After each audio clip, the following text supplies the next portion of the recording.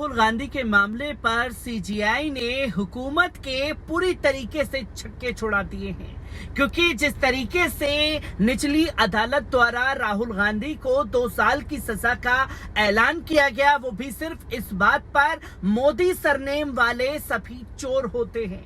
राहुल गांधी ने एक स्पीच के दौरान ये बातें कही तो निचली अदालत ने, गुजरात हाई कोर्ट ने उन्हें 2 साल की सजा का ऐलान किया और इसी को लेकर के सुप्रीम कोर्ट में पीआईएल राहुल गांधी द्वारा डाली गई थी और सुप्रीम कोर्ट में पहले ही दिन हुकूमत को और हुकूमत के इशारों पर नाचने वाले लोगों को सीजीआई ने ये साफ तौर पर बता दिया कि वो देश के माय लॉर्ड हैं।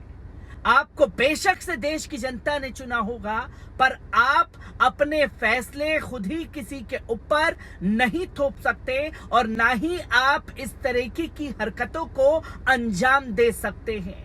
और सुप्रीम कोर्ट ने पहले ही दिन सुनवाई में जो भारतीय जनता पार्टी के नेता की तरफ से राहुल गांधी के खिलाफ याचिका डाली गई थी, उस पर सजा हुई, तो आज उन्हीं को सरनेम वाले मामले में नोटिस जारी किया है और जवाब मांगा है कि आखिरकार आप ये बताएं कि इसमें क्या गलत था।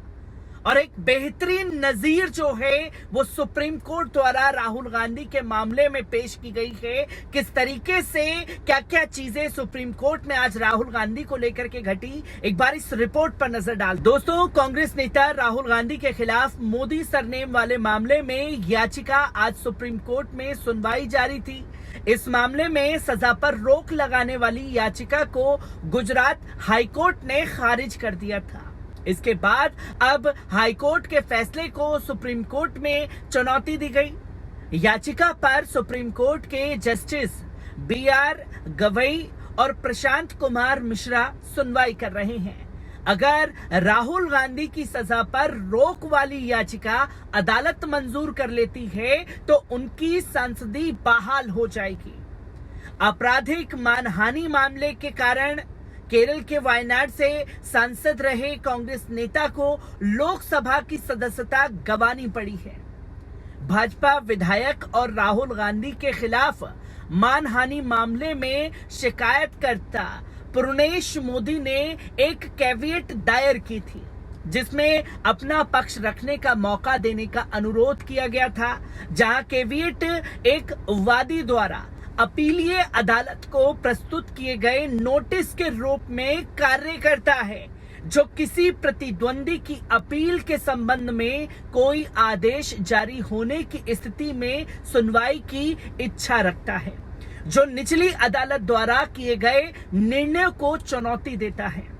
सुप्रीम कोर्ट मंगलवार को राहुल की याचिका पर सुनवाई कर रहा था। इस पर सहमत हो गया जब उनकी ओर से पेश वरिष्ठ वकील अभिषेक मनु सिंघवी ने मामले को तत्काल सूचीबद्ध करने की मांग की, तो उन्होंने शीर्ष अदालत से मामले को शुक्रवार या अगले सोमवार को सूचीबद्ध करने का अनुरोध किया था और अदालत ने मामले को शुक्रवार को सुनवाई के लिए सूचीबद्ध करने पर सहमति जताई थी। पर कांग्रेस नेता ने 15 जुलाई को गुजरात उच्च न्यायालय के आदेश को चुनौती देते हुए सुप्रीम कोर्ट का दरवाजा खटखटाया था, जहां न्यायमूर्ति हेमंत प्रचिक की पीठ ने कहा कि उनकी सजा पर रोक लगाना एक अपवाद होगा, ना कि नियम। राहुल गांधी को मार्च में संसद सदस्यता के रूप में अयोग्य घोषित कर दिया गया था, जब सूरत की एक अदालत ने उन्हें दोषी ठहराया था।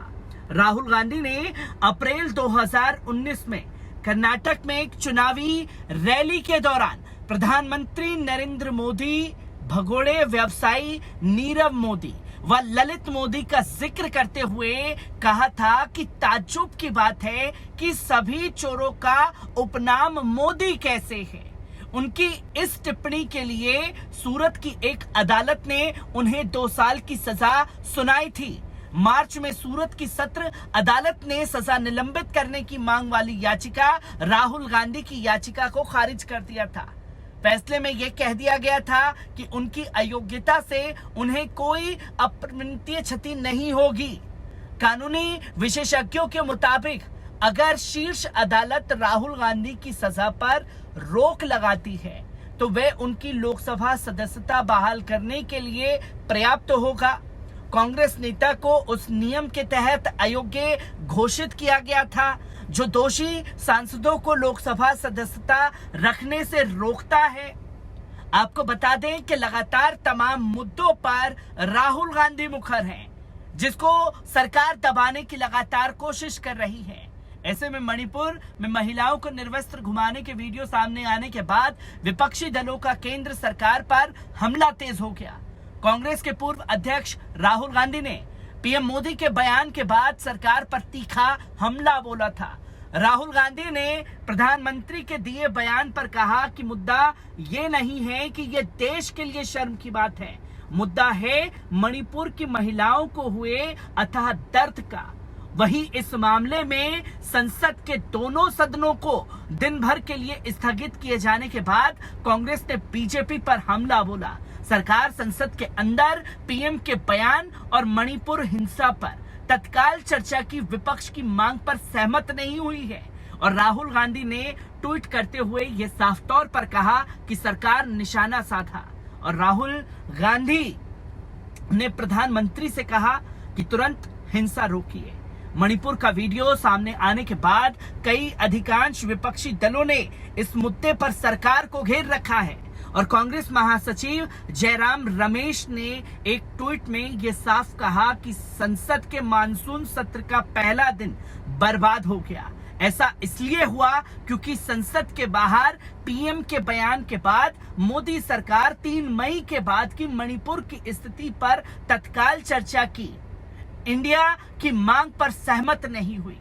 इससे पहले दिन में कांग्रेस अध्यक्ष मल्लिकार्जुन खड़गे ने एक ट्वीट में यह साफ कहा कि मणिपुर जल रहा है, महिलाओं के साथ दुष्कर्म किया जा रहा है, उन्हें नग्न कर घुमाया जा रहा है, परेड कराई जा रही है और भयानक हिंसा हो रही है। लेकिन प्रधानमंत्री इस बात पर इतने समय तक शांत और मौन रहे। उन्होंने आगे कहा कि आज इतने आक्रोश के बाद उन्होंने संसद के बाहर एक ही बयान दिया और पीएम मोदी ने मानसून सत्र की शुरुआत से पहले संसद भवन परिसर में संवाददाताओं से ये कहा कि मणिपुर में तो महिलाओं को नग्न घुमाने का जो भयावह वीडियो सोशल मीडिया पर वायरल हो रहा है, आज मेरा दिल दर्द और गुस्से से भर गया है।